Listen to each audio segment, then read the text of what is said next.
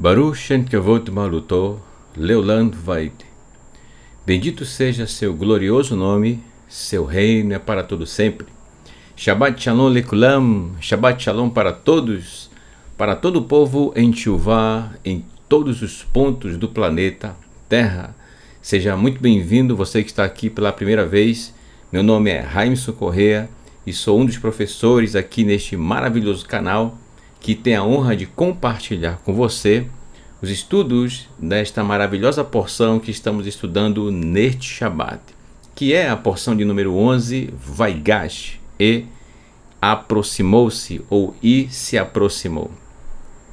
Então quero aqui desde já agradecer a todos pela sua participação aqui conosco nos estudos que realizamos desde o Kabbalat Shabbat, agora no Shaharit, e também agradecer as felicitações dos nossos irmãos, né?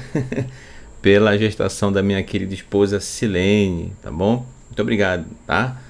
E que o Eterno vos abençoe grandemente, 1000 vezes mais, tá bom? Estamos muito felizes também, tá? Que bom! Dia esse a que o Eterno se referiu chamando de meu santo dia, que é o dia de Shabbat. Portanto, sempre quando é Shabbat, uma das funções é que o Shabbat é memorial da criação do Eterno. Nós trazemos a memória, trazemos a lembrança que o Eterno criou tudo que existe, gente, na natureza, ou a natureza em si, Ele a criou. Então, toda vez que nós celebramos, que nós estamos presentes neste dia, que é um encontro marcado com o Eterno, nós estamos celebrando, trazendo à memória a criação do Eterno. Além do que, como eu acabei de dizer, é um encontro semanal que nós temos com Ele, com o Eterno, sendo este dia o ponto mais alto da semana, o dia em que a nossa alma se eleva.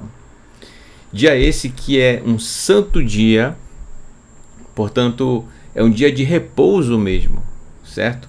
Onde as atividades semanais que nós temos já ficam reservadas para a semana, e no dia de Shabbat é o dia de nós descansarmos. O nosso corpo e o ser humano como um todo estar em família, certo? E se você, por exemplo, se não está aí na sua casa, ou quem sabe aí com sua família, está cumprindo a sua escala de serviço, aí onde você está, e eu tenho certeza que quando o Eterno lhe conceder uma oportunidade de trabalho, de forma que você esteja em dia de Shabbat com sua família, eu sei que você estará. Enquanto isso, permaneça aí, meu irmão, tá? Porque é daí que sai o seu sustento para a sua família. E aí onde você está, quem sabe no seu trabalho, eu cumprimento você com um Shabbat Shalom, tá bom?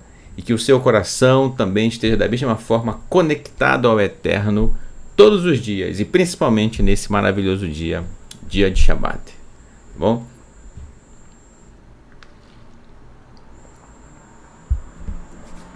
Maravilha.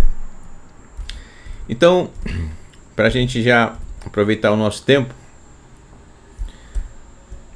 estamos estudando neste Shabbat a porção, como eu já falei anteriormente, de número 11, porção Vaigash, e aproximou-se. No estudo de ontem, no Kabbalat Shabbat, nós estudamos esse momento inicial em que Yosef ele começa a estar mais próximo dos seus irmãos, mas ainda sem mostrar quem ele realmente é, o próprio Yosef. Até então, os irmãos de Yosef o veem como um dos maiorais do Egito, claro, depois do próprio faraó, mas eles estão ali em busca de alimento em si, mas se veem numa situação muito complicada, porque o copo de Yosef, em que ele tomava o fruto da vide, portanto o vinho, foi encontrado, isso foi feito de propósito, a mando do próprio Yosef, foi encontrado na sacola de cereais ou de grãos de Beniamim. E dessa forma foi criada toda uma situação para fazer parecer que Beniamim estaria roubando algo do Egito. Mas na verdade Yosef estava fazendo tudo isso para verificar realmente se seus irmãos, em termos de caráter, haviam mudado para melhor ou se permaneciam da mesma forma que ele os conheceu na época em que ele tinha apenas 17 anos, certo? Onde o último encontro deles foi em Dotam. De lá, Yosef foi vendido para os ismaelitas e levado para o Egito. Tá? Então, esse é o contexto do momento em que nós estávamos estudando desde ontem, tá certo? E da mesma forma dos estudos anteriores às porções Vaigash. Chegamos até aqui e convido você a darmos sequência a este maravilhoso estudo, tá bom? Você que está chegando agora, quem sabe, né, que pela primeira vez, vamos ler os textos em hebraico e logo abaixo, não fique assustado, já está a tradução para o português, tá bom? E a gente vai passo a passo, meat, tá certo? Sempre com muita calma, com muito cuidado, verificando cada ponto em particular, tá certo? Para que favoreça a nossa compreensão, tá bom? Você que está iniciando no estudo do hebraico, esse é um excelente momento para você, além de estudar a própria porção em si, já exercitar o seu estudo de hebraico, tá bom? Então nos acompanhe na leitura, passo a passo, que você só tem a desenvolver mais e mais o seu estudo do hebraico, tá bom? Ok, então convido-vos a continuarmos a leitura, o estudo dos textos dessa maravilhosa porção. Bereshit, Gênesis, capítulo 45, verso 1, diz assim: Velo yachol Yosef lehitapek lechol hanitzavim alav vaikra hotziu kol ish me'alai velo amar ish ito Behit-vada Yosef el Echav, e não podia Yosef mais se segurar. Olha só, gente, ele, nessas idas e vindas dos irmãos dele, imagina só como estava o coração de Yosef, já não podendo mais, de tanta emoção e de poder reencontrar seus irmãos, a sua família, já não estava mais se segurando diante de todos que estavam em pé à sua frente. E chamou dessa forma: tirem todos os homens de perto de mim, obviamente sem contar os seus próprios irmãos que estavam diante dele. Todos os egípcios foram convidados, entre aspas, né, a se retirarem da presença de Yosef. Portanto, além dos irmãos de Yosef ali perto dele, haviam realmente servos de Yosef que estavam de prontidão para qualquer coisa que ele precisasse. Mas ele dispensou estes servos para estar a sós com os seus irmãos. Por isso, nenhum homem mais estava com ele quando se revelou Yosef para seus irmãos. É interessante nós notarmos aqui que é muito incrível esse momento em que Yosef, com seus irmãos, ele busca estar a sós com eles. A princípio pode parecer para alguns deles, dos irmãos de Yosef, quem sabe, né, deve pensar assim, o que aconteceria agora entre eles, porque já estava só Yosef e eles naquele ambiente, né? Eu ia dizer recipiente, naquele ambiente, certo? Então, e agora? O que aconteceria? E aí a expectativa. E olha só o que Yosef fez nessa hora. Verso 2. Vaiten et kolo, e entregou sua voz, bivri vaishmeu, Mitzrayim vaishma beit Paró, e entregou sua voz no choro, e o ouviram os egípcios, e ouviram a casa do faraó. Então veja que nessa hora em que ele eleva a sua voz, eu estou falando de forma literal mesmo, tá? Ele elevou a sua voz, isto é, numa grande amplitude, realmente ele soltou esse choro, e choro esse carregado de tudo aquilo que estava dentro dele, os seus temores, os seus sofrimentos, suas angústias, sua expectativa sobre o que aconteceria se um dia tornaria a ver seus irmãos, sua família. Tudo isso que estava dentro dele, ele colocou para fora através desse choro, desse grito.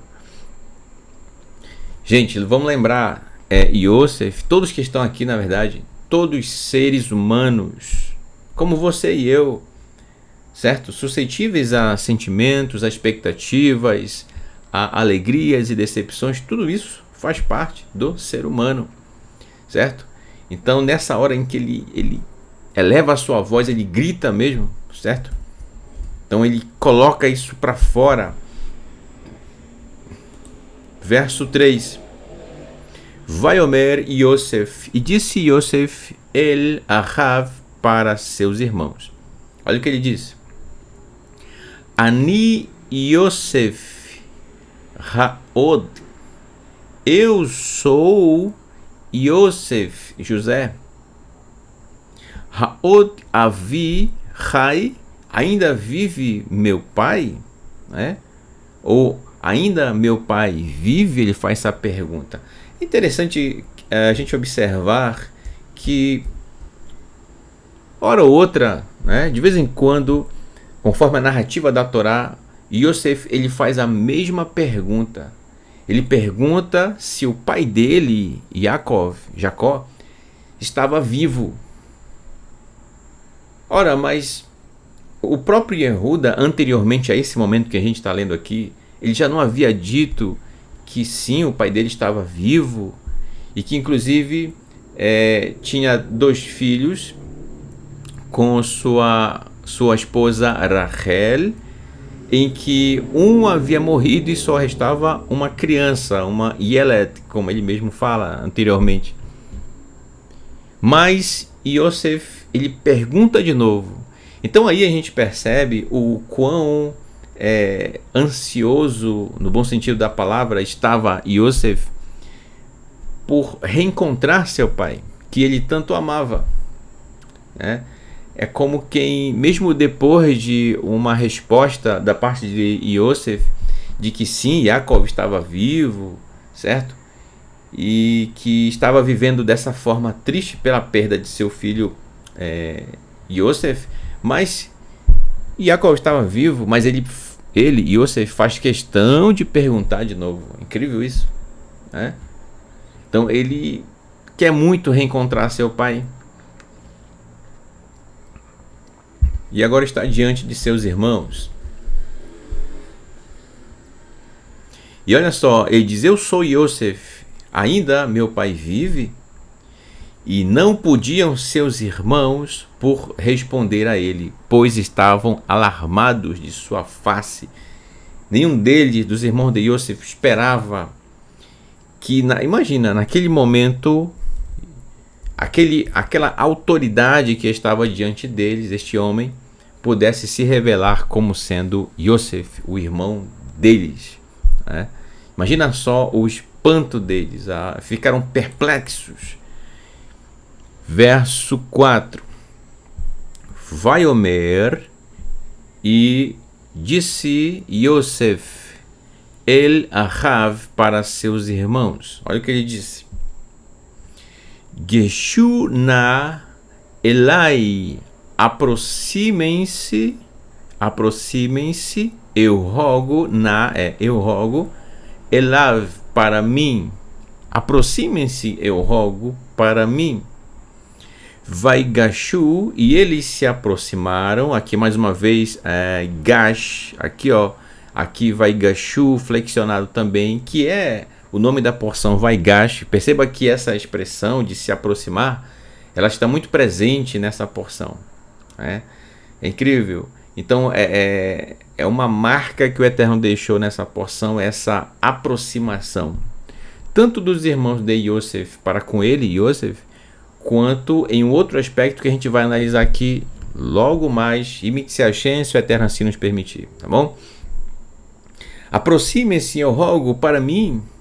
Vaigashu, Vaiomer, e se aproximaram e disseram, e disse, Ani Yosef, eu sou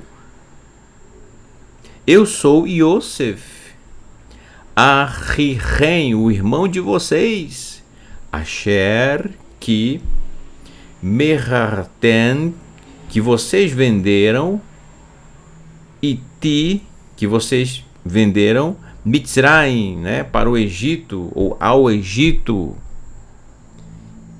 Bem, se os irmãos de Yosef tinham alguma dúvida a respeito disso, nessa hora, toda dúvida se realmente esse homem, essa autoridade egípcia diante deles, é ou não Yosef, saiu. Sem dúvida, realmente é Yosef. Porque no referencial dos irmãos de Yosef, como pode, imagina só, como pode este homem saber que nós vendemos nosso irmão Yosef, se só estávamos nós, irmãos? Entende? Então, toda e qualquer dúvida, se é que havia entre eles nesse momento, e bem provável que havia, né? Mas agora já não tem mais, porque ele sabe disso. Então, é Yosef que está diante deles. Tá? Então, imagina só. Por que eu marquei em vermelho aqui? Geshu na Elai. Aproximem-se, eu rogo, para mim. Então, nessa hora, os filhos de Yaakov, até então, em termos de irmãos, no caso, né? Eles, irmãos, não estavam de forma completa juntos, né? Faltava alguém. Quem era esse alguém? Yosef, que foi vendido para os ismaelitas e levado para o Egito, certo? Faltava. Então o Eterno proporcionou esse reencontro entre Yosef com seus irmãos. Incrível isso, né? Que bênção, maravilha, poder reencontrar sua família. A gente pode imaginar, certo, de certa forma, essa alegria de Yosef, como quando, por exemplo, alguém reencontra um parente que há muito tempo não via e que por algum motivo, né, não tinha como essas duas pessoas se verem, ou quem sabe reencontrar sua família, mas finalmente aquela pessoa, depois de tantos anos, reencontra a sua família. Então é uma alegria imensa, imagina só, né? Bem, claro, cada caso é um caso, existem situações diversas que poderiam ter motivado, em cada exemplo que eu poderia dar aqui, essa pessoa estar distante, mas em si o sentimento familiar realmente é algo incrível, né? Então essa aproximação de Yosef com seus irmãos, e principalmente de Yosef com Yehuda, né, que ele é quem está falando diretamente com Yosef, é uma aproximação incrível e que traz, olha só, uma indicação do que haverá futuramente. Como assim, meu Raimus? Tanto é que a parte desse assunto que eu estou falando agora tem a ver com a referência da Haftarah, certo?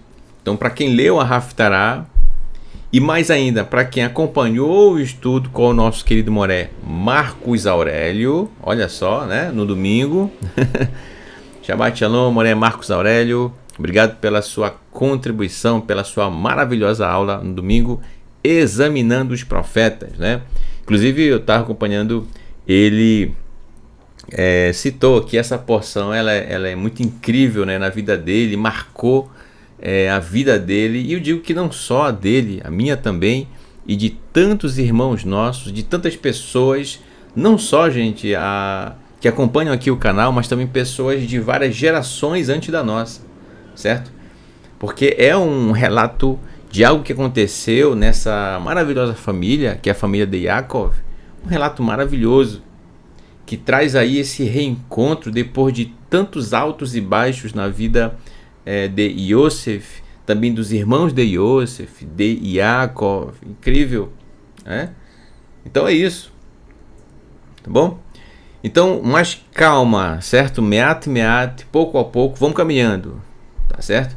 Então, esse reencontro de Yosef com seus irmãos aponta para um futuro que haverá, não sabemos como, de um futuro reencontro, que a gente vai falar daqui a pouco, tá bom? Não vou estragar a surpresa, tá? Calma, vamos lá, meat, pouco a pouco. Verso 5. Aí Yosef diz assim, ó: Veatá, e agora, al teatzvu ve'al irar benechem ki mekartem oti hena ki lemirya shlachni Elohim lifneihem. E agora não se torturem, né? Não se torturem, não se machuquem, não fiquem sentindo remorso no interior de vocês, e não se irritem nos olhos de vocês, isto é, não fiquem olhando uns para os outros com aquele olhar de, olha, a culpa foi sua, hein?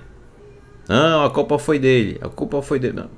É isso, gente, tá? Não se irritem nos olhos de vocês, porque me venderam. Pois, olha só, pois para preservar a vida me enviou Elohim à frente de vocês.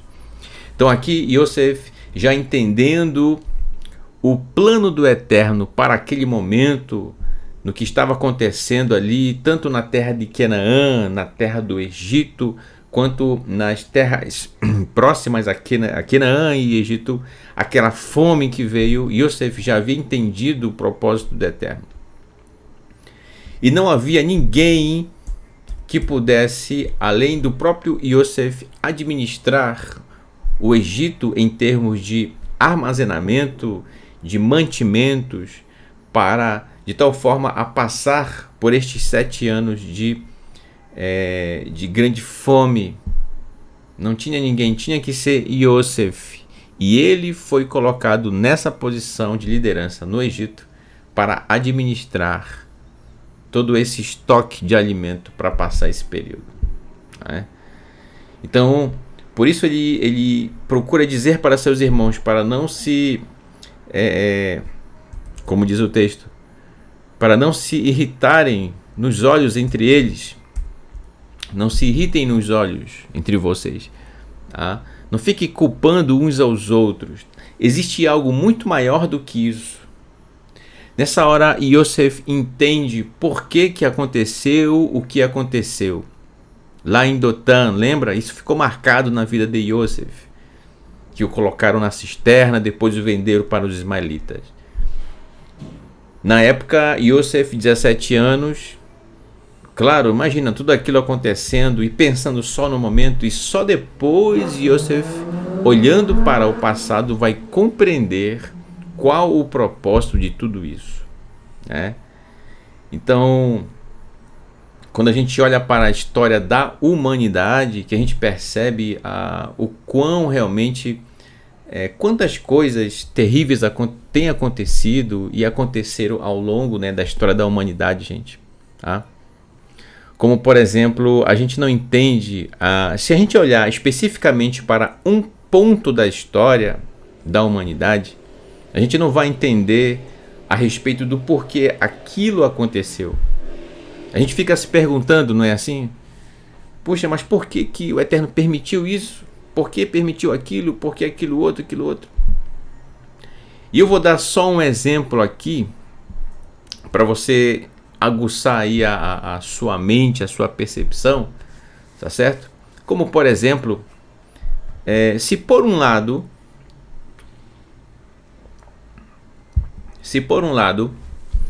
olha só, se por um lado muitos do povo de Israel se envolveram em práticas ao longo de sua história e que está registrado no Tanar, práticas que desagradavam e contrariavam a Torá, de certa forma.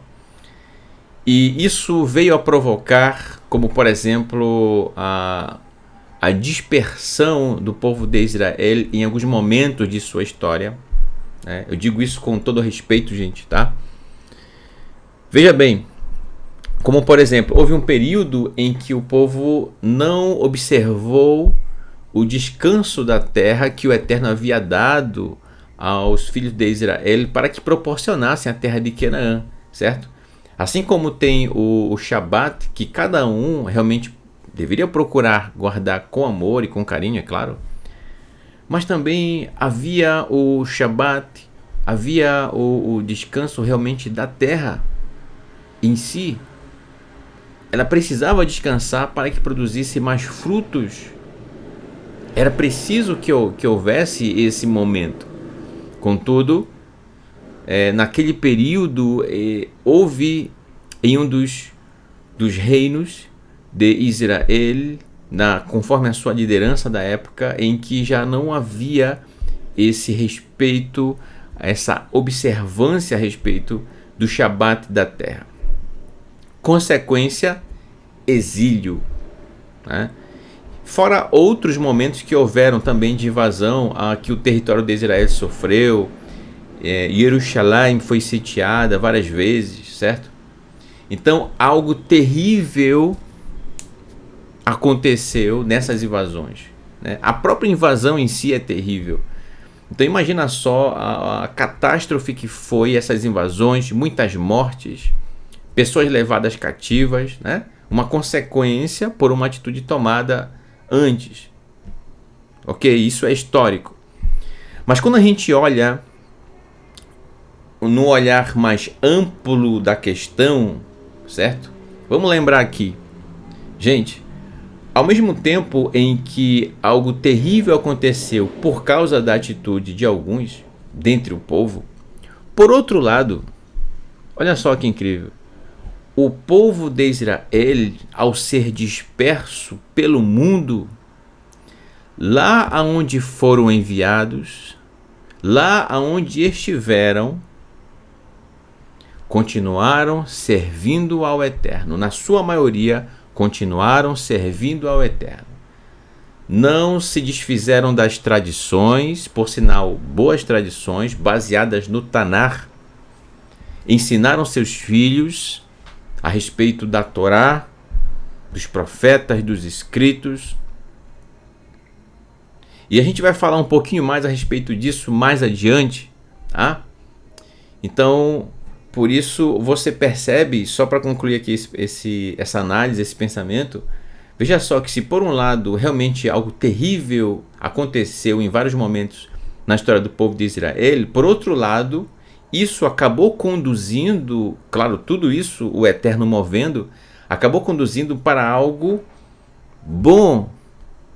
É óbvio que as guerras são ruins, é óbvio que absurdos aconteceram, isso ninguém pode negar.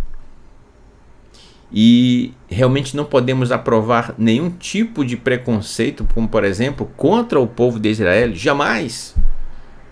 Mas agora você consegue perceber que ao mesmo tempo em que essas coisas terríveis que aconteceram, ao mesmo tempo, o fato de alguns dentre o povo Yehudi terem sido levados para outros lugares, acabou levando a Torá para outros povos.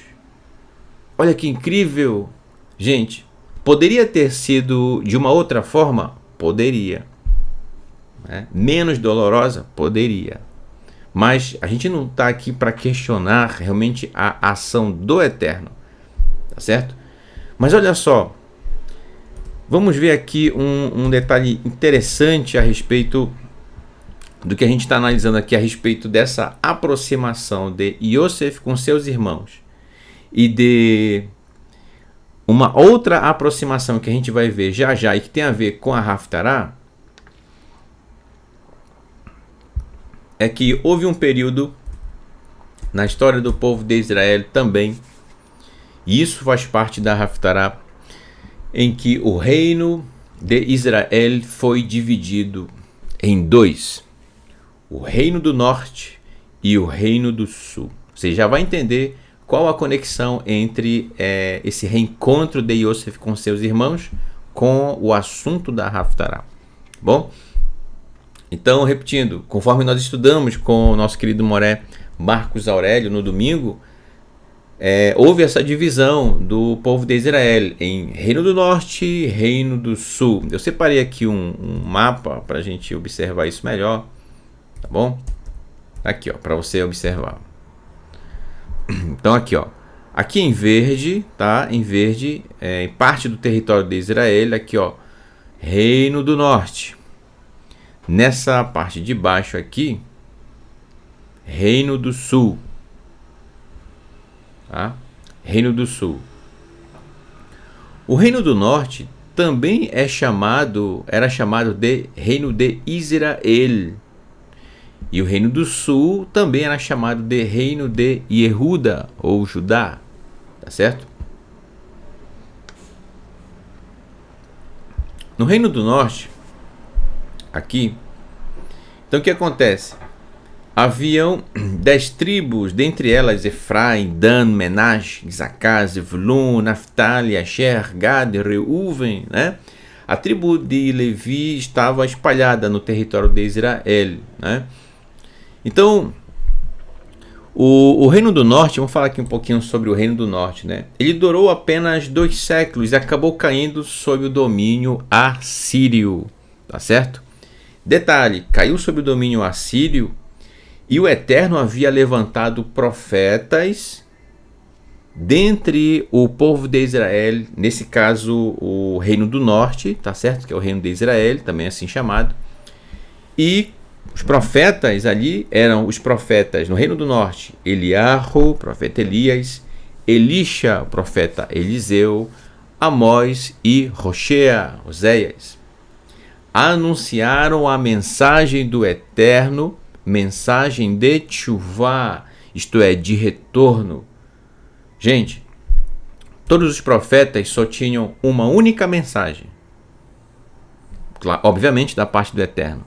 E que mensagem era essa? Uma mensagem para que eles retornassem para o Eterno de suas práticas abomináveis que já estavam realizando, inclusive idolatria.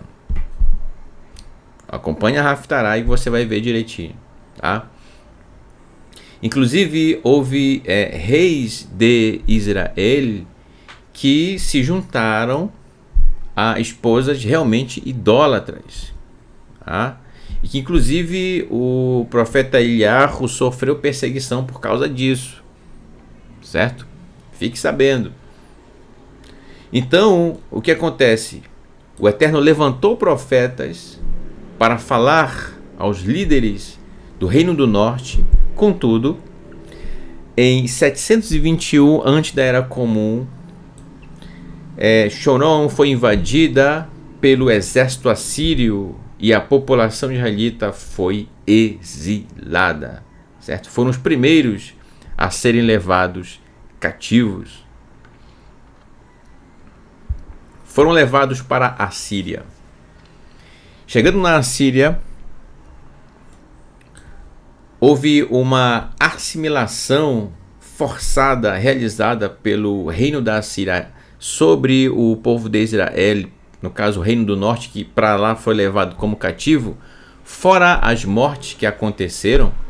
E você sabe que quando era realizado invasões, batalhas aconteciam e muitas mortes, obviamente, se realizavam, né? Quem não morria era levado cativo. Então não era muito lucro no pensamento de quem invadia, no caso dos assírios, especificamente os assírios, né, em relação ao Reino do Norte. Não era muito lucro eliminar todos os combatentes, né? Na verdade, eles pensavam em ser muito melhor levá-los como escravos de guerra para trabalhar em suas terras, entendeu?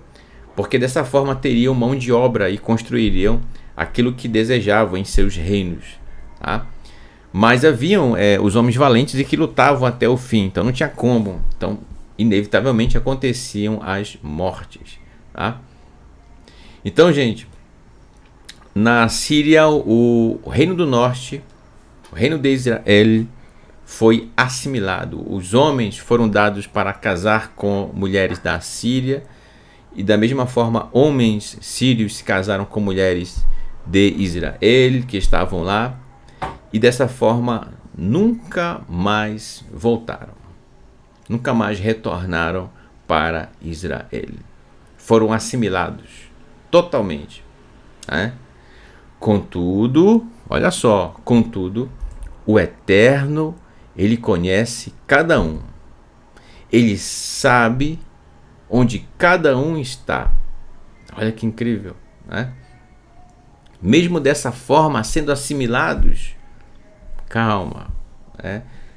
Calma. Vamos ver isso com mais detalhes mais adiante. E o reino de Yehuda, certo? Que é o reino do sul. Bem, no Reino do Sul, o que acontece? O Eterno levantou profetas, dentre eles, para anunciar a mensagem de Teshuvá, de retorno do Reino do Sul, de retorno ao Eterno. E temos profeta Joel, Yeshayahu, Isaías, Micra, Miqueias, Sefaniá, Sofonias, Irmeiahu, Jeremias e Habacuque. Todos estes o Eterno levantou para levar a mensagem de Teshuvá aos líderes do Reino do Sul. Contudo, não eram ouvidos. Foram levados cativos. Por quem? Pelo Império Babilônico, né? Então, no ano 586 antes da Era Comum, o rei Nabucodonosor, Nabucodonosor invadiu Jerusalém e levou sua população ao exílio. E já no exílio, né? E ali tem o profeta Daniel, profeta Yehezkel, durante o exílio. E também, posteriormente, o profeta Ageu, Zacarias e Malaquias. Tá certo? Então, veja só quantos profetas foram levantados para trazer o povo de Israel, tanto do norte quanto do sul, de volta para o Eterno, que fizessem Teshuvá. Contudo, não realizaram. As batalhas aconteceram. Muitos morreram, muitos foram levados cativos. E imagina o sentimento, né? Além dos combatentes em si, mulheres, crianças, pessoas de idade ali no meio, algo terrível que aconteceu. E a respeito disso, o que acontece? Apenas o Reino do Sul, o Reino de Yehuda, tempos depois, é que retorna ao território de Israel, entende? Somente eles é que retornam. O Reino do Norte não retorna para o território de Israel. Então 10 tribos foram assimiladas e nunca mais retornaram para o território de Israel, certo? Então, dentre do Reino do Sul estão o próprio Yehuda, Beniamim e também Shimon. Dessa forma, o que acontece? Se nós verificarmos aqui um texto nos profetas, você vai já entender qual a conexão entre o reencontro de Yosef com seus irmãos e o que a gente está analisando agora, tá bom? No profeta Yeshayahu, no profeta Isaías, no capítulo 27, verso 12, dando sequência ao que a gente está falando aqui das tribos de Israel, né? Diz assim, capítulo 27, verso 12 de Yeshayahu, Isaías: Verhaya Bayom, e acontecerá que Bayom Rahu, que naquele dia, Yarbot Adonai Mishbilet Hanahar Adnahal Mitzrayim Veaten Teluktu Leahat Ahad Bnei Israel. E acontecerá que naquele dia debulhará Adonai como se debulha a espiga, desde a torrente do rio, no caso do rio Eufrates, até a do Egito. E vós, filhos de Israel, sereis colhidos um a um. Aqui uma representação, gente, do que o texto se refere. Olha que incrível, né? O que acontece? Apesar de 10 tribos já terem sido assimiladas pelos assírios, bem como pelas nações ali circunvizinhas,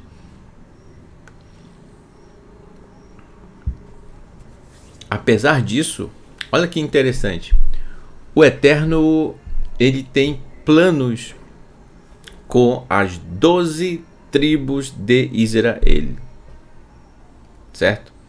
Então, se por um lado, vamos lá, se por um lado toda essa catástrofe que aconteceu com essas 10 tribos, na verdade as 12, né? Todo esse terror que veio para as 12 tribos, 10 que foram assimiladas, e aí eu repito o que eu falei ainda há pouco, lá onde estiveram, ou onde estão, guardam a palavra do Eterno no seu coração. Mesmo assim, mesmo com tudo isso, o Eterno sabe onde está cada tribo, mesmo depois de tanto tempo. E aí você deve lembrar da visão dada ao profeta do vale de ossos secos, né? No capítulo 37 você percebe ali em que aqueles ossos secos, portanto sem vida, tornam a vida. Eles são realmente trazidos à tona. Então, gente, olha só, na história do povo de Israel, quem imaginaria como, por exemplo, o idioma ivrit? Ninguém imaginava, até certo tempo atrás, que ele voltaria depois de ter passado por várias situações, e quando se imaginava que se perderia essa língua kadosh, mas não, ela foi mantida. Sobreviveu a vários períodos, a várias eras, e aqui está o ivrit, o hebraico, onde você e eu temos a oportunidade de estudar, de conhecer, de poder ler, né? Olha que incrível! Quem poderia imaginar, né, que as tradições do povo de Israel sobreviveram a tantas coisas, contudo estão aqui. O território de Israel lá está com o povo de Israel lá. né? Muitas pessoas retornando para o território de Israel, geograficamente falando mesmo, né? Entende? E olha que incrível, como eu citei anteriormente, de novo, aqueles que estão nas nações, lá a Torá está sendo praticada por essa pessoa, sendo conhecida pelas pessoas que moram próximo àquela pessoa. Então a Torá, nos nossos dias, está brilhando em diversas nações e talvez você, meu irmão, nem sabia disso. O Eterno está vendo tudo isso, entende? E aí você percebe que realmente, quando se pensa, mas como é que a Torá vai alcançar tal país, vai alcançar tal região, tal localidade? Meu irmão, se o Eterno quer, acontece. Ele tem as suas maneiras de agir, entende? Ele tem o seu modo de atuar. Assim como Yosef, quem imaginaria que toda aquela situação envolvendo Yosef com seus irmãos, quem imaginaria que ele, Yosef, seria destacado, separado pelo Eterno para ser alguém realmente que supriria as necessidades, tanto do próprio Egito como de sua própria família, pela fome que viria. Então olha só, algo que de imediato a gente vê uma coisa horrível, os irmãos vendendo o seu próprio irmão. Mas no final das contas, olha só, num plano maior, a gente percebe a mão do Eterno em tudo isso. Da mesma forma, as 10 tribos que nunca mais retornaram, elas existem, talvez não na configuração de tribo como a gente conhece hoje, ou pelo menos tem aquela imagem de todos próximos ali vivendo juntos, mas de alguma forma elas estão. O Eterno sabe onde está cada um, tá? Sabe? E no devido tempo, isso aqui que está no texto que nós acabamos de ler vai acontecer.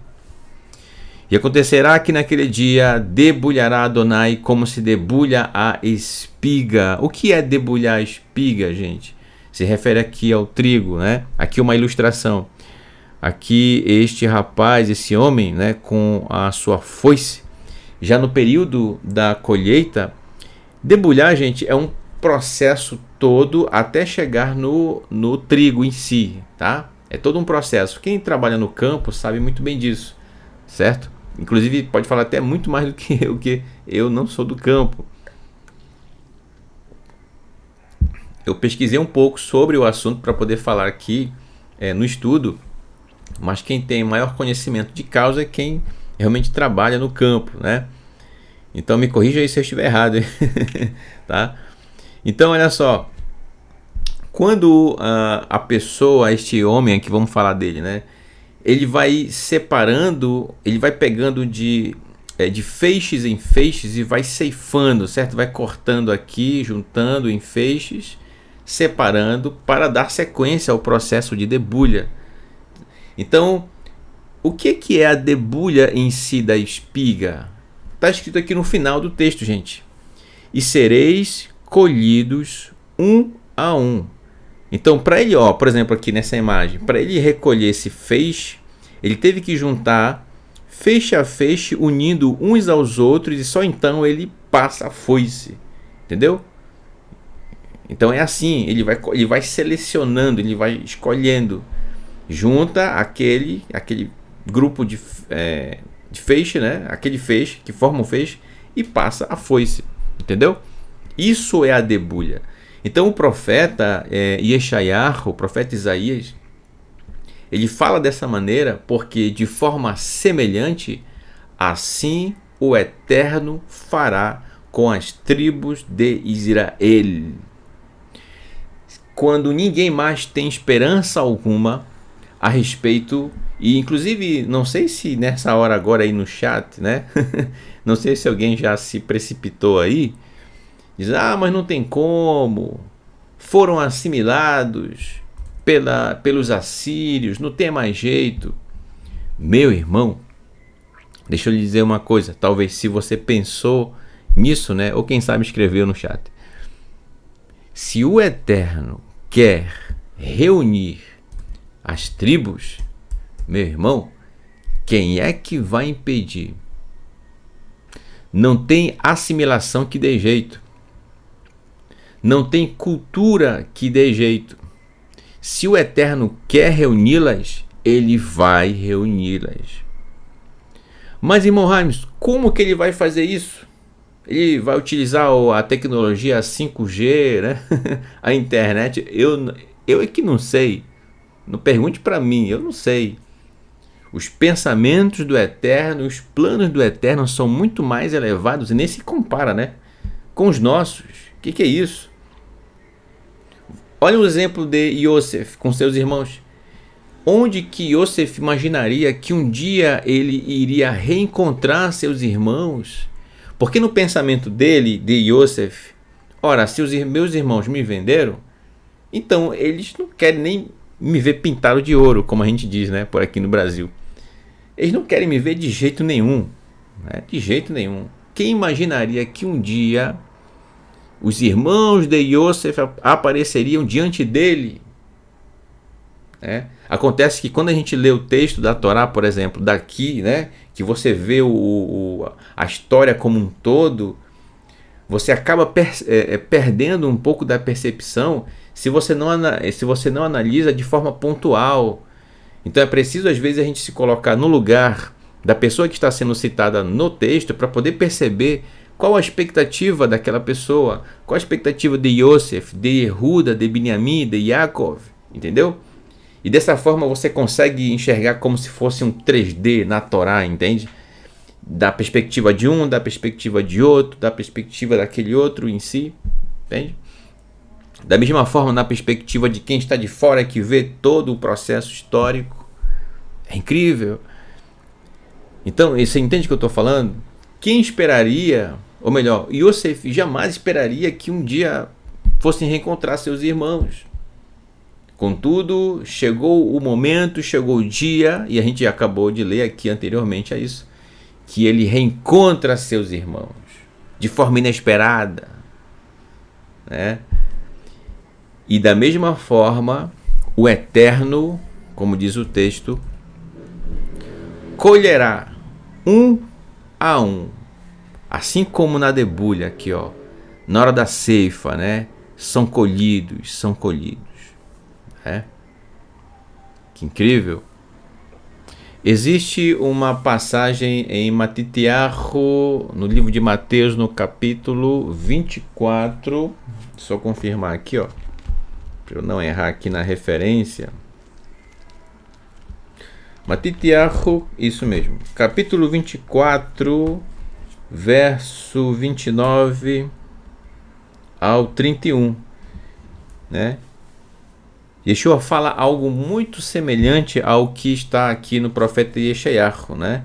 Fazendo jus, inclusive, ao que ele, Yeshua, nosso Mashiach, falou certa vez, né? Que ele não veio abolir a Torá e nem os profetas, muito pelo contrário, mas veio plenificá-los. O que é plenificar a Torá e plenificar os profetas?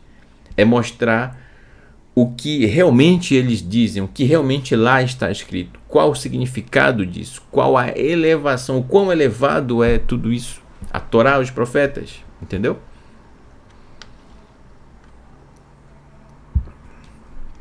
Verso, ainda são dois versos que eu separei, tá? Do profeta Yeshayahu.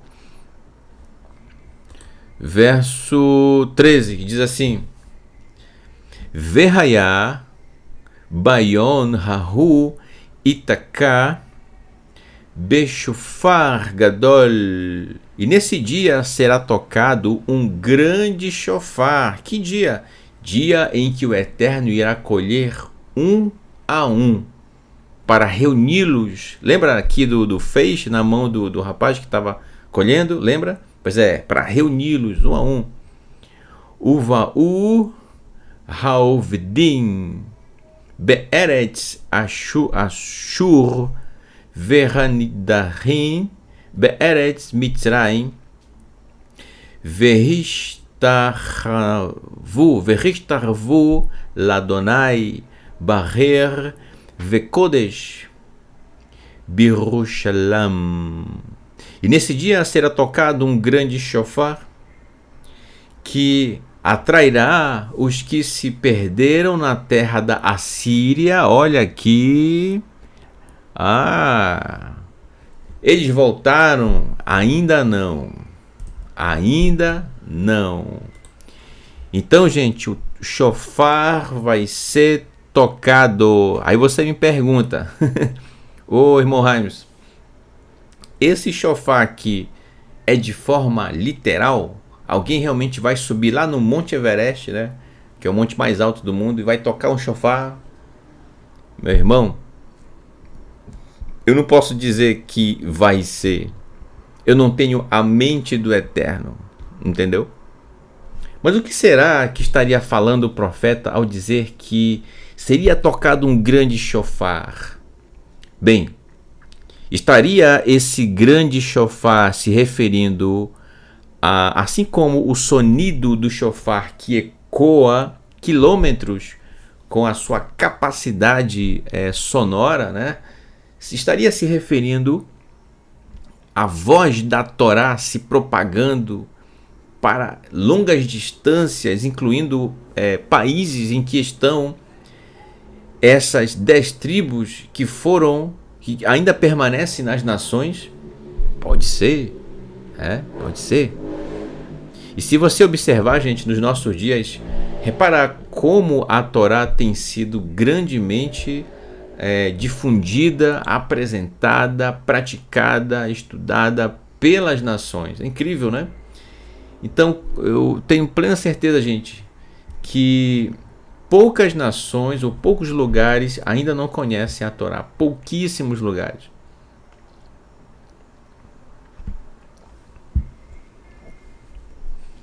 Então, nesse dia será tocado um grande shofar que atrairá os que se perderam na terra da Síria, as 10 tribos, e os que foram dispersos pela terra do Egito.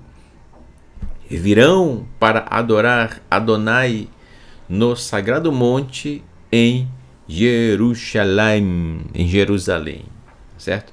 Inclusive havia uma grande discussão, havia uma briga ali entre o Reino do Norte e o Reino do Sul, né? E que já não queriam mais, o Reino do Norte, por exemplo, não queriam mais ir até a Jerusalém, porque ficava no Reino do Sul. Então, a partir daí surge uma série de problemas, uma série de discussões, certo? Inclusive, o Reino do Norte acabou criando para si outros deuses, construíram imagens de escultura, coisa que o Eterno abomina, construíram, só para não permitir que os que eram do Reino do Norte fossem até o Reino do Sul por ocasião de Jerusalém. Portanto, não podiam mais fazer as celebrações de peregrinação. Não podiam mais ir, por exemplo, em Jerusalém para celebrar Pessah, né? Não podia mais. Não tinha mais como, certo? E bem como outros moedim, outros encontros marcados. Então, gente, existe essa promessa do Eterno, tá? E aí, você e eu, hoje, olha só, você e eu, hoje, somos como que, nessa hora, a respeito desse tópico, como Yosef, como José. Como assim, Moraes? Lembra que eu falei ainda há pouco? Yosef não esperaria que os seus irmãos um dia aparecessem diante dele. Da mesma forma, nós, a gente para pensar, gente, na história, no momento, e aí a gente se pergunta, onde estão essas 10 tribos? Como elas estão? Estão sobrevivendo? Estão estudando a Torá, as porções? Como é que elas estão? Eu não sei, meu irmão. Eu não sei. Sabe? O que eu sei até então, por exemplo, é que alguns grupos, certo? Que foram, na verdade, para o território de Israel, sendo de tribos, de outras tribos, e que eram de lugares que nem se imaginava, e que grupos que até hoje guardam seus costumes, suas tradições, e alcançaram o reconhecimento por parte da liderança de Israel e puderam retornar para Israel. Algumas sim, já. Existem matérias sobre isso no YouTube, né? Isso não é de agora, já, né? Já tem um certo tempo. Então, gente, quando ninguém mais esperava, está se descobrindo, está aparecendo diante de nós estas 10 tribos. Incrível, né? Por isso que eu disse, o Eterno sabe onde cada tribo está, certo? Ele sabe. Inclusive, na carta de Apocalipse, né? Risaion, a visão, no capítulo 21, já no final da carta, quando Yohanan, um dos Talmid de Yeshua, ele vê descendo do Marom a Nova Jerusalém, a Nova Jerusalém, descendo da parte do Eterno, toda adornada. E ele percebe que lá, nessa Nova Jerusalém, que é o reino do Eterno, olha só, portanto o reino da Torá, nela havia 12 portões, e nesses 12 portões, os nomes de cada um dos filhos das tribos de Israel. Portanto, o nome das 12 tribos, 12 portões. Né? Então, portas essas que jamais se fechariam. Portanto, cada tribo entrará pela sua própria porta. Então, mais uma vez, o Eterno faz menção às 12 tribos, certo? Unindo-se, todas elas se encontrando na Nova Jerusalém. Incrível, né? Então, gente, não podemos perder a esperança de que sim, as 12 tribos serão reencontradas, reunidas, mas não é pelo ser humano em si, mas de forma plena pela mão do Eterno. O Eterno há de reunir as 12 tribos. Então, ainda que se diga que fulano não é de tal tribo, é de outra tribo, mas o Eterno sabe onde está cada um. Estão espalhados pelo mundo. E aí, como eu já disse outras vezes, né, muitos dentre o povo de Israel chegaram aqui no norte do Brasil também, assim como chegaram no sul, chegaram no nordeste, onde no nordeste, inclusive, a presença judaica é muito forte, tá certo? Ali onde nordeste, eu lembro do Moré Daniel, né? Morá Deise. Um grande abraço, meus queridos Morim. Shabbat Shalom a vocês, tá bom? Um grande abraço, Victor Henrique, tá certo? E que o Eterno vos abençoe sempre, sempre. Então, no nordeste, gente, a presença judaica é muito forte. Muito forte, forte mesmo, tá? Chegaram ao norte do Brasil, e aqui eu estou como representante do norte, né? Por volta ali de 1800, certo? E já ali onde a minha querida Belém, chegaram a Belém, chegaram aqui onde eu estou, Manaus, chegaram em Manaus. E não apenas, gente, nas capitais, certo? Também adentraram, como por exemplo, eu posso falar um pouquinho ali no estado do Pará, de onde eu sou natural. E além de chegar em Belém, percorreram também os rios principais do estado, adentrando realmente ali a braços de rio e chegando a comunidades realmente de pouco acesso. E lá, nesses lugares, nessas cidades ribeirinhas, puderam viver em paz, uma vez que sempre fugindo de um lado e de outro, né? sempre de uma situação de perseguição, como os que chegaram, por exemplo, aqui no norte do país, na sua maioria vieram do Marrocos, certo? Então existe muito a presença do judeu que viveu no Marrocos, né, marroquina, no norte do Brasil, certo? Existem seminários sobre esse tema no YouTube, né? Tem várias pessoas que já fizeram trabalhos, inclusive acadêmicos, a respeito disso, muito rico material, e existem muitos relatos, né, de famílias ribeirinhas no estado do Pará, bem como aqui no Amazonas, de famílias que herdaram realmente costumes e tradições que vêm do povo Yehudi.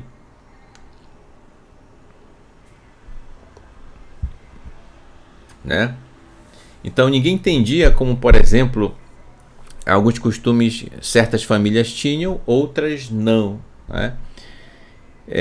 Nos cemitérios também, que existe um espaço reservado para sepultamentos de famílias judias e assim por diante, né? Entende? Então, gente, sem falar, eu estou falando do norte aqui, que é onde eu moro, né? Onde eu vivo, onde eu conheço. Também no centro do país, no sul do país, certo? E em todos os estados do nosso país. Eu estou falando a nível de Brasil, mas se a gente for estender isso, gente, em todo o planeta está a presença do povo Yehudi, o povo judeu, certo? O povo de Israel está, entendeu? Então você está percebendo o que eu falei ainda há pouco? Então, através de cada Yehudi, a Torá de Adonai, ela está em todos os pontos do planeta Terra, em todos os países. E quando o shofar for tocado, eu não sei se isso é literal, gente, ou se é de forma figurativa, ou se representa uma outra coisa. É algo do eterno, tá? A gente está analisando aqui o texto do profeta Yeshayahu, é algo do eterno. Quando o shofar for tocado, o eterno colherá um a um, isto é, ele reunirá. Não é um grupo religioso de uma determinada religião, denominação religiosa, certo? Não tem nada a ver disso. Não. É algo do eterno. Ele vai reunir as 12 tribos. Repito, 12 tribos. Não tem nada a ver com religião. Tá? São as tribos do povo de Israel. Aceite a pessoa que talvez está ouvindo isso ou não, tá? Então, você se não aceita isso, então você não é eu, né? Você não aceita a palavra do Eterno, que o Eterno está falando pelo profeta Yeshayahu, entendeu? Então, mas se a religiosidade acaba falando mais alto na vida de uma pessoa, então, ok, o ser humano que siga, né, o seu caminho. Cada um tem o direito de escolher o seu próprio caminho, siga. Mas aqui estamos falando do que o Eterno tem para o seu povo. Nesse caso aqui, as 12 tribos. E interessante que a Torá, ela não é apenas para as 12 tribos de Israel, ela é para o ser humano. Interessante, né? Então, sim, esse grande encontro, além das 12 tribos de Israel, as nações, ou as pessoas, óbvio, quando eu falo nações, as pessoas, pessoa física, que ama a Torá de Adonai, que pratica de todo o coração, com toda a sua alma, com todo o seu ser, realmente estará na Nova Jerusalém, isto é, no reino do Eterno, que é o reino da Torá. Né? Ok? Então, gente, olha só que incrível, né? Como é incrível a gente perceber isso, porque quando nós não podemos de forma alguma perder as esperanças, tá? De forma alguma. O Eterno vai reunir o seu povo, vai. As 10 tribos serão reunidas. Então, aceite alguém ou não, mas vai ser reunido. O Eterno já falou isso, tá bom? Então, essa é a conexão, gente, que há entre o reencontro, tá bom? O reencontro de Yosef com seus irmãos. Portanto, ali as 12 tribos, ou pelo menos os patriarcas das 12 tribos, foram novamente reunidos. Olha que incrível, né? E esse reencontro aponta para um futuro reencontro das 12 tribos de Israel. Como vai ser? Aonde vai acontecer? Como será? Bem, aonde? Jerusalém, né? Mas como? De que forma? Eu não sei. Coisas do Eterno. Bom? Coisas do Eterno. A nós cabe viver as instruções dele, do Eterno, a cada dia. E se o Eterno tiver misericórdia de nós, né? Então, nós veremos esse reencontro, né? Eu gostaria, por exemplo, de poder ter a oportunidade de ver esse reencontro das 12 tribos, né? Imagina, gente, algo maravilhoso, entendeu? Melhor ainda se, por exemplo, você estivesse em Jerusalém quando isso acontecer, né? Eu fico imaginando o quão feliz será as 12 tribos reunidas. É algo inimaginável, algo fantástico, algo incrível, fenomenal, né? Coisa do Eterno.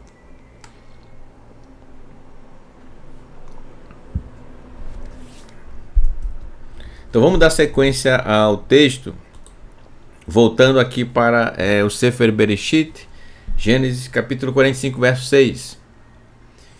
Yosef continua: uma fome está sobre a terra nos 2 últimos anos, e durante outros 5 anos não haverá plantio nem colheita. Ele está falando para seus irmãos a respeito do sonho, né, do faraó. Verso 7. Elohim enviou-me à frente de vocês para garantir seus descendentes sobre a terra. Aí viriam, né, as tribos. E salvar a vida de vocês com um grande livramento. Verso 8. Assim, olha só, não foram vocês que me enviaram para cá, e sim Elohim. E ele fez de mim um pai para o faraó, senhor de toda a sua casa e regente de toda a terra do Egito. E Yosef está explicando para seus irmãos que cargo Yosef ocupa ali no Egito, e portanto um cargo de prestígio, de liderança mesmo, tá?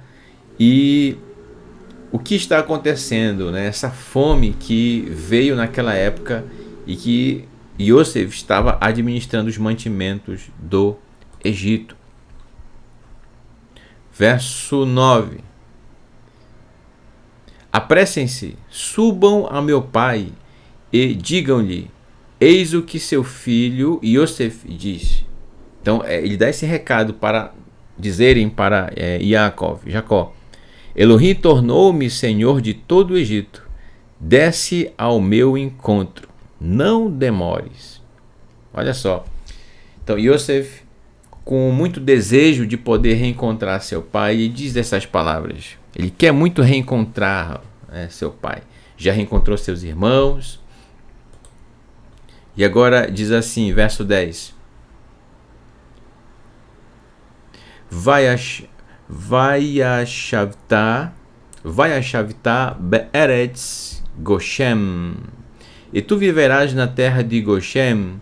Verhaita Karov Elav Ata Uvanecha Uvnei Benecha Vetzontcha Uvekara Vechol Asher Lach.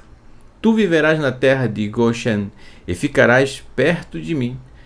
Tu, teus filhos, teus netos, rebanhos, tudo que possuis. Então, tudo isso aqui, gente, recado de Yosef para seu pai Yaakov. Tá?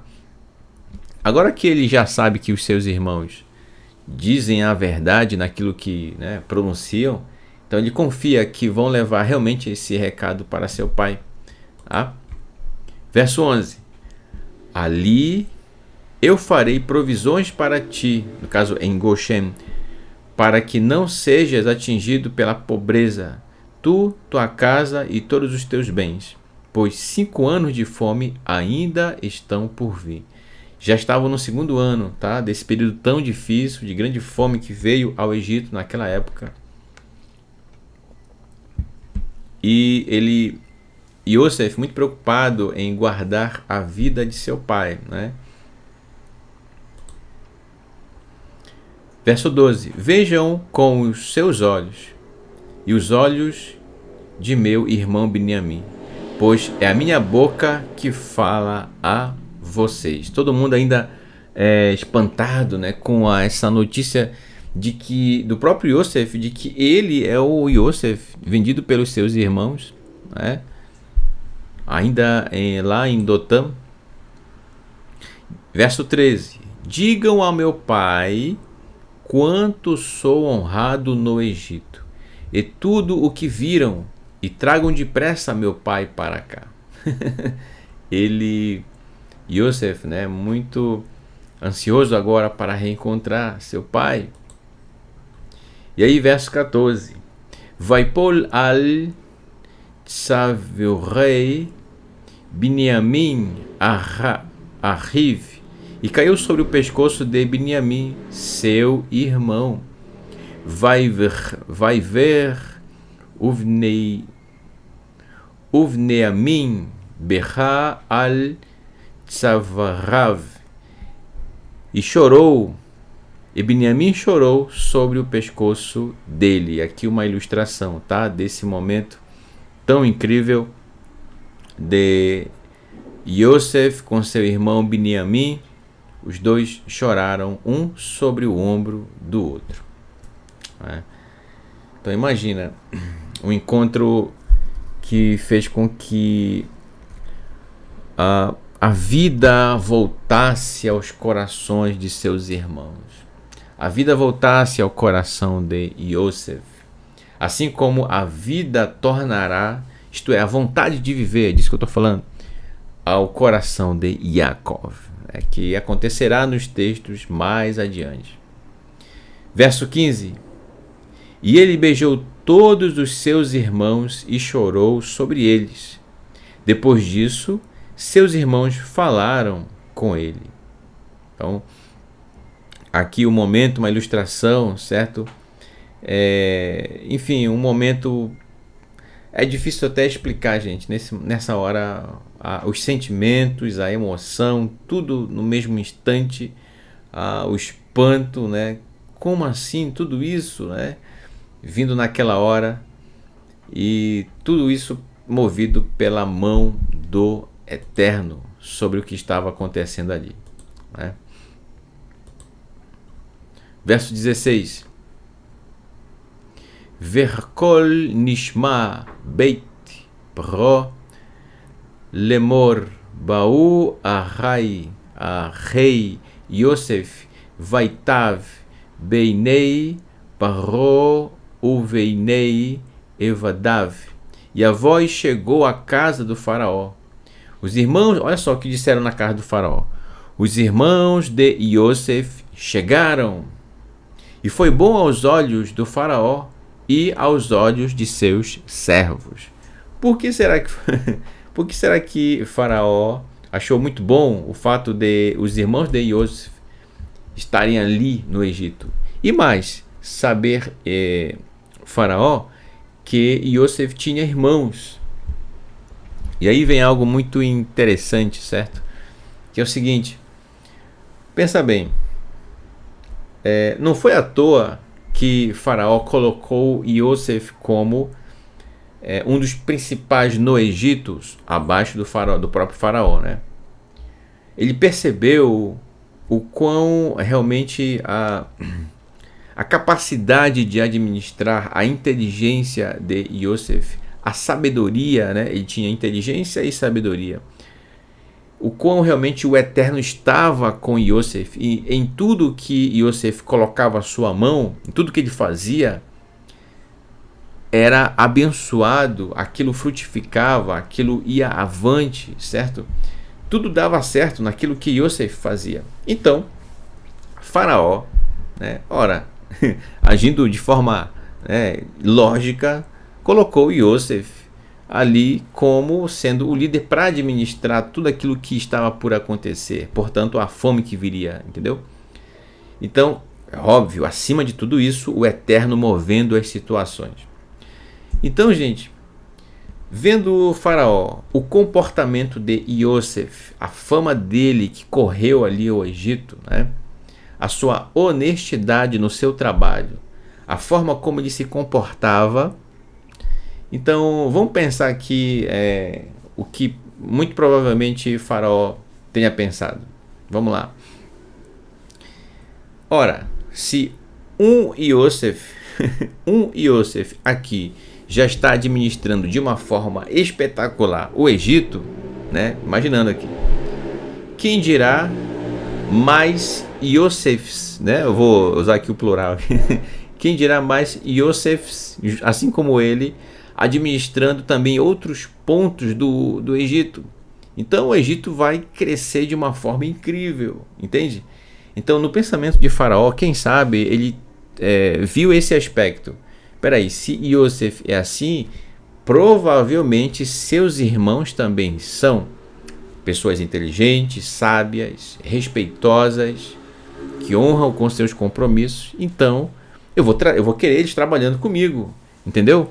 Ora, qual é o dono de uma empresa, por exemplo, que não gostaria que os irmãos, que também têm um bom procedimento, daquele seu melhor, a melhor pessoa que trabalha com ele, também os irmãos dele trabalhem com ele?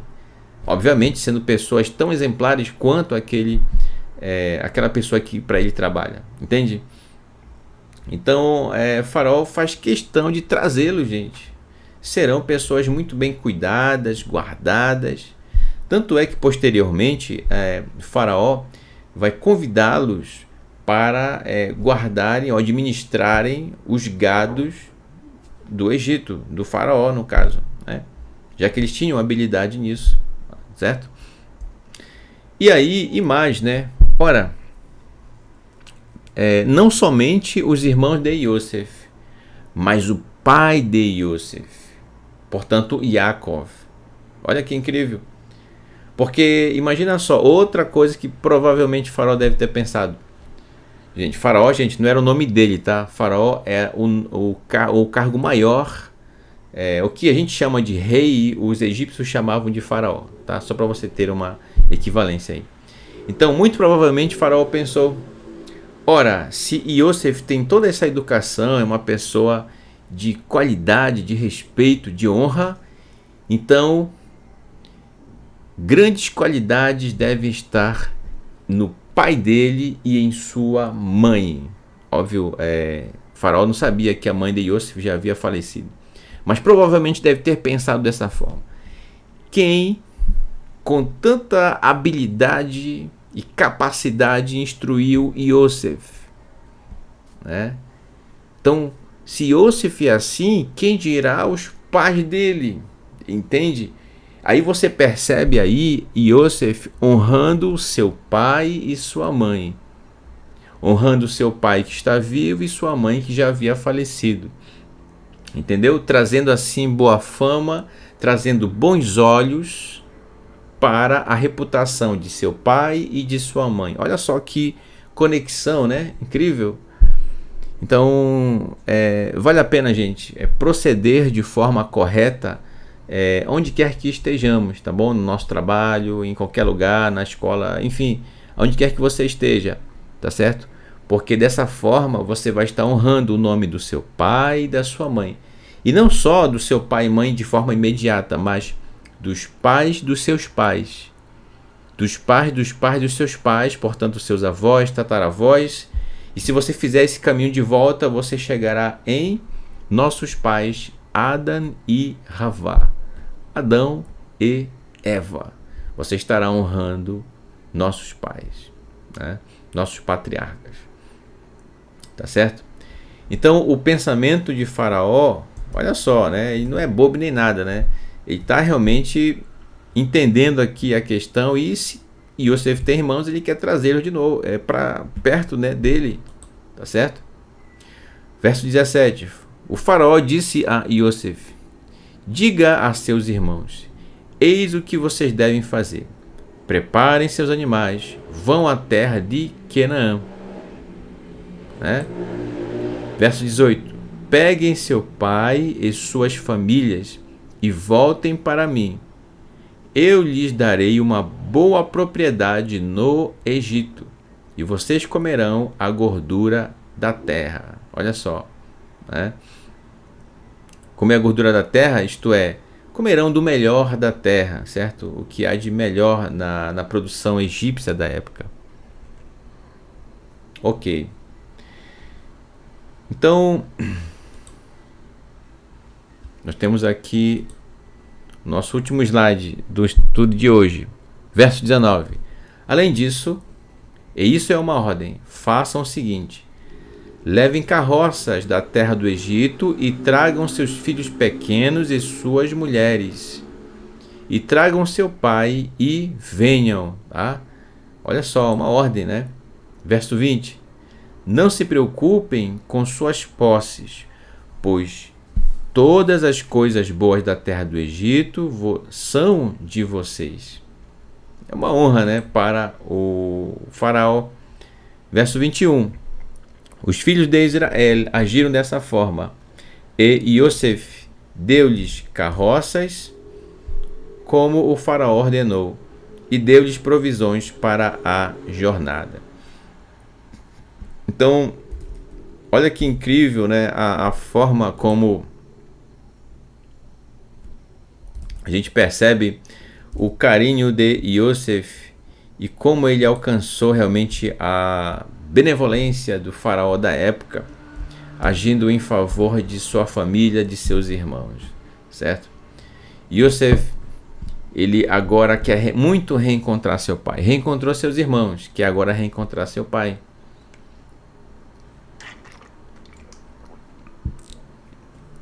E esse é o desejo do seu coração, tá bom? Nessa hora. Ok. Bem, eu quero aqui agradecer a você pela sua participação no nosso estudo aqui no Shaharit, o estudo realizado pela manhã. E que o Eterno abençoe você sempre, sempre, tá? Shabbat Shalom, ok? Quero agradecer a você, a sua família, tá bom? Por ter estado conosco nesse momento, desde o Kabbalat Shabbat, aqui pela manhã. E vamos seguindo adiante, tá bom? Logo mais à tarde teremos o nosso último momento, nosso último encontro nesse Shabbat para o estudo da porção Vaigash. Eu espero que até aqui você tenha compreendido que eu trouxe para compartilhar com você do estudo dessa maravilhosa porção, e que possamos guardar as lições que até aqui nós estudamos e que possamos praticar em nossa vida, em nosso cotidiano, tá bom? Então lembre-se, nunca percamos a esperança, mas que possamos mantê-la a cada dia acesa, tá? Como uma chama acesa. Assim como Yosef, ele sonhava em encontrar sua família, né? Quem sabe ele chegou até a imaginar que nunca os reencontraria, mas o Eterno proporcionou esse reencontro dele com seus irmãos. Todos os patriarcas das 12 tribos, no caso, se reencontraram. Da mesma forma, está registrado nos profetas que o Eterno há de reunir as 12 tribos. Não sei como, não sei quando, e Jerusalém com certeza está presente nesse cenário. Mas quais as ferramentas, qual modo, que mecanismo o Eterno vai utilizar?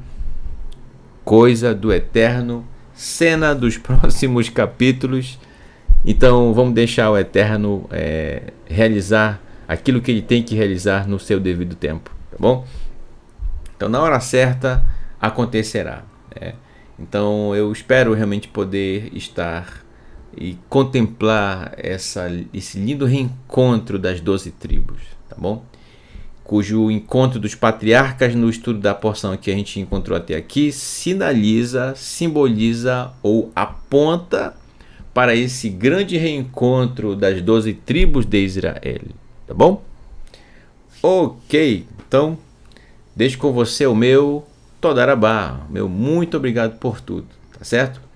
Convido você a recitar conosco a Birkat Kohanim, a bênção sacerdotal, tá bom? Brachá essa que está no Sefer Bamidbar, Números, no capítulo 6, verso 24 ao verso 26. Deixa eu pegar aqui o violão para a gente recitar a Brachá.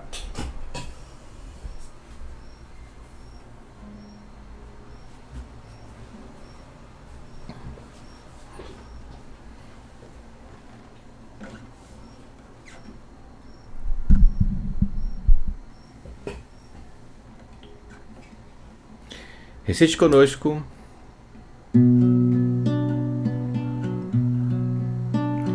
Yevarechecha Adonai veish merecha Yair Adonai panav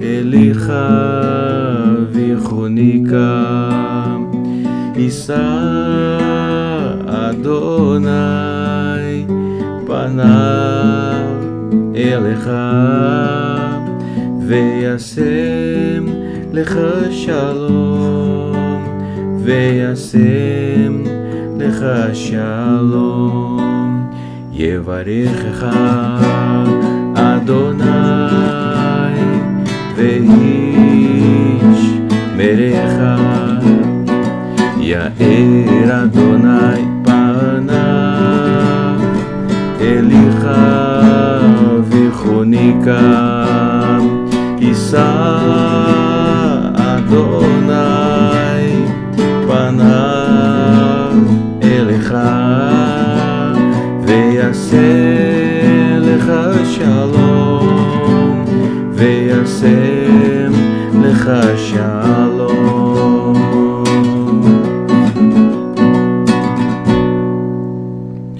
Que o Eterno te abençoe e te guarde. Resplandeça Adonai o seu rosto sobre ti e tenha misericórdia de ti. Levante Adonai o seu rosto sobre ti e te conceda Shalom, paz, prosperidade, saúde, segurança, felicidade, alegria e bem-estar, que vem de Adonai. Bishem Yeshua HaMashiach, em nome de Yeshua HaMashiach. Amém. Elohim Melech Neeman, Elohim é Rei fiel.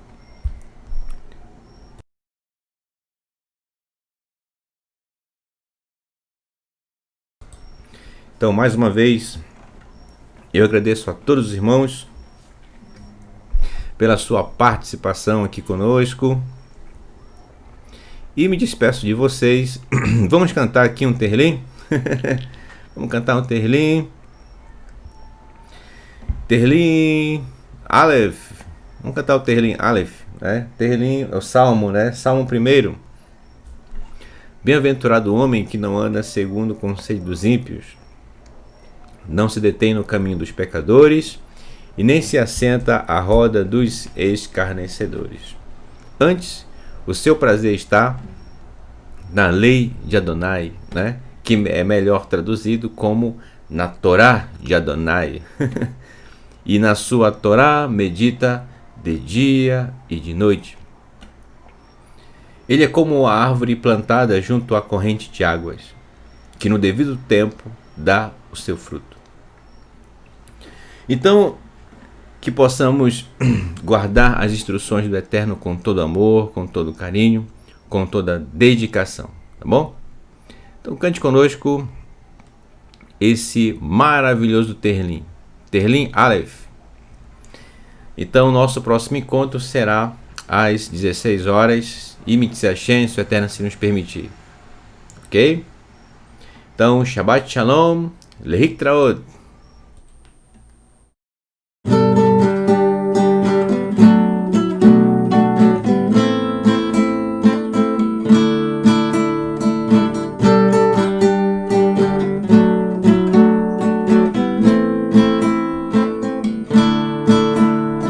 אשרי האיש אשר לא הלך בעצת רשעים ובדרך חטאים לא עמד במושב עצי לא ישב כי אם בתורת השם חפצו ובתורתו נביגם יומם ולילה. אשרי האיש אשר לא הלך בעצת רשעים ובדרך חטאים לא עמד במושב עצי לא ישב כי אם בתורת השם חפצו ובתורתו לביגם יומם ולילה. גיא של כתולה פגל מאי אתם תהיו איתה ביתול ועלי לא יבול וכל אשר עשה יצליח וכל אשר עשה יצליח וכל אשר עשה יצליח וכל אשר עשה יצליח. לכם הרשעים כי כמוך השם טוב ורוח על כן לא יקומו רשעים במשפט וחטאים בעד הצדיקים כי יודע השם דרך צדיקים כי יודע השם דרך צדיקים כי יודע רשעים טובים.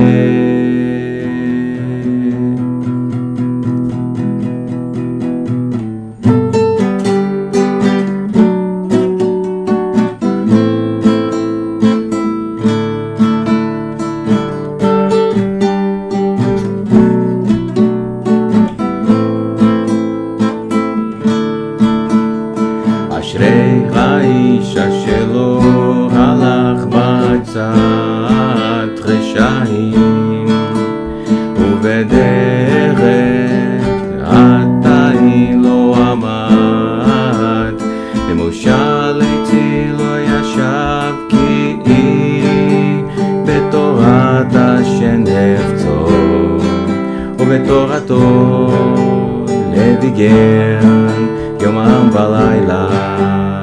גיא של כתולה פגל מאי אתם תהיו איתה ביתו ועלי לא יבול וכל אשר עשה יצליח וכל אשר עשה יצליח וכל אשר עשה יצליח וכל אשר עשה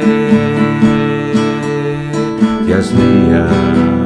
לכם הרשעים כי כמוך השם טוב ורוח על כן לא יקומו רשעים במשפט וחטאים בעד הצדיקים כי יודע השם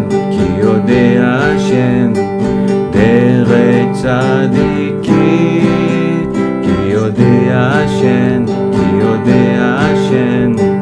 דרך צדיקים כי יודע רשעים